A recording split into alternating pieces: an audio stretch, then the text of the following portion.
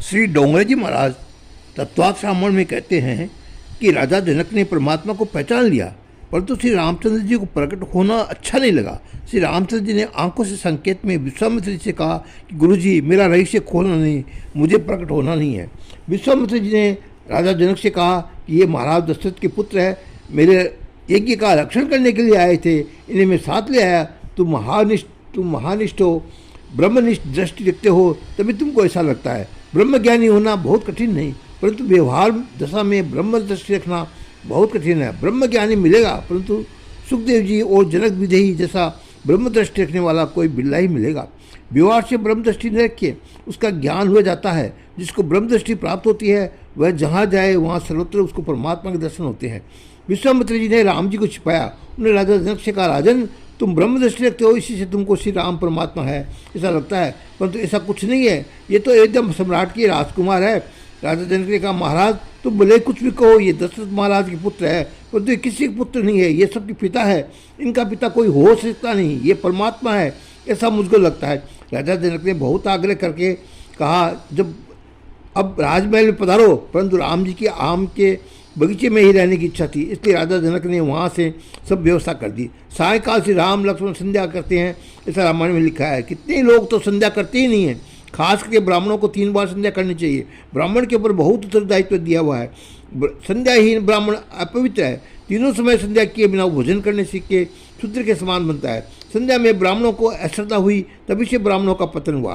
कितने संध्या करते समय है, परंतु संध्या का निर्वाह करते नहीं। संध्या समय पर होनी चाहिए। प्रातःकाल आकाश में नक्षत्र हो, उस समय संध्या की जाए तो उत्तम संध्या है।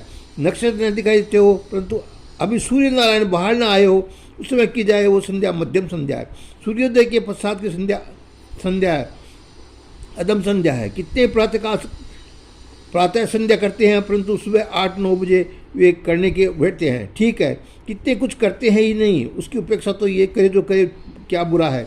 किसी ने माना ही नहीं हो, उनका माना ही तो मिले तो क्या बेचारा क्या है। सत्कर्म को समय निश्चित किया गया है, उसी समय उस सत्कर्म को करना चाहिए।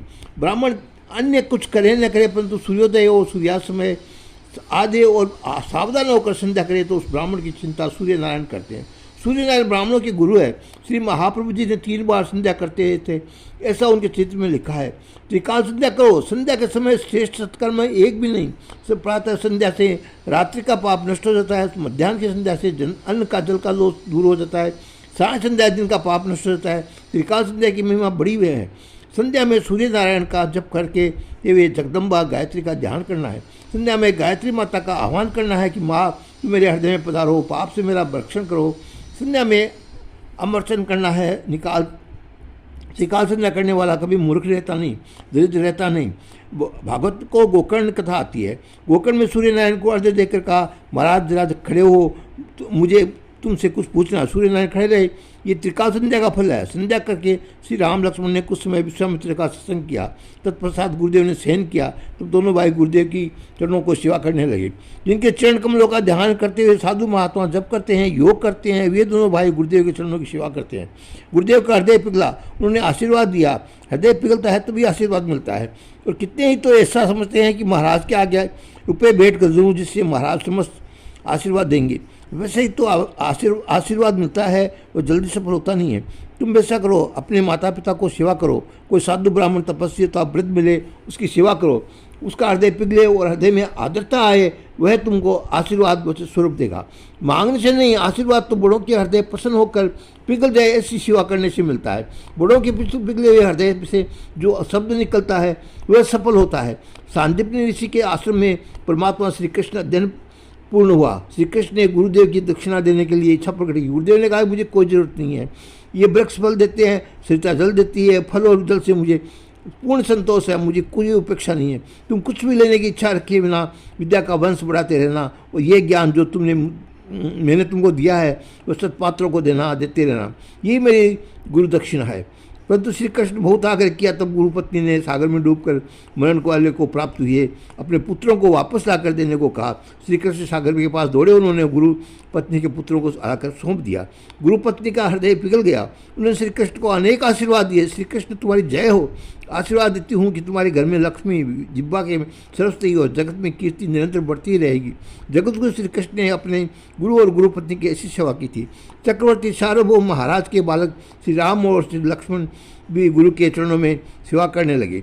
आजकल कदाचित कोई मास्टर लड़के से कहे कि मेरे पैर बहुत दुखते हैं, तो थोड़ा सेवा करोगे, तो क्या करेगा, कोई करेगा। आजकल के लड़के तो मास्टर के साथ झगड़ा भी करते हैं। गुरु के प्रति उनका भाव भी रहा नहीं रहा।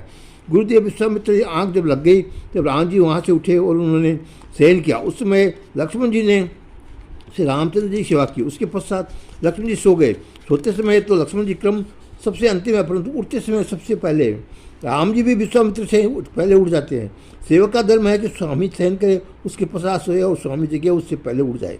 पतिव्रता स्त्री का भी धर्म है और पतिदेवता के शयन करने के बाद सोए और पतिदेव जगह उससे पहले ही उठ जावे। जितना भी स्त्रियाँ और चारपाई पर पड़े पड़े ही पतिदेवता को हुक्म देती है। रात्रि में मुझको जागरण हो गया था, 1 बजा था, इसलिए तुम्हें उठकर आज अंगूठी लगा देना। ऐसा करने से उसको पाप लगता है। पतिदेव जाग जाए और स्त्री चारपाई पर सोती रहे, ये पाप है। स्त्री का धर्म है पति भोजन कर ले, उसके बाद स्वयं भोजन करे। जो कुछ बचा हो उससे प्रेम आरोग्य। कितनी बहनें इस प्रकार से नहीं करती। स्वयं 12 बजे खा लेती है और पीछे पति की थाली ढक्का रख देती है, ये योग्य नहीं है। प्रातःकाल का स्नान किया। विश्वामित्र शालिग्राम की सेवा की। पूजा में बैठे थे, उन्होंने राम लक्ष्मण को आज्ञा दी, बगिया में जाकर फूल तुलसी ले आओ। कोई शुद्ध फूल तुलसी लावे, ये अपवित्र है, अशुद्ध है, ऐसा शास्त्रों में लिखा हुआ है। और श्री डोंगरी जी महाराज आगे कथा सुनावे। तब तक के लिए जय सिया राम, जय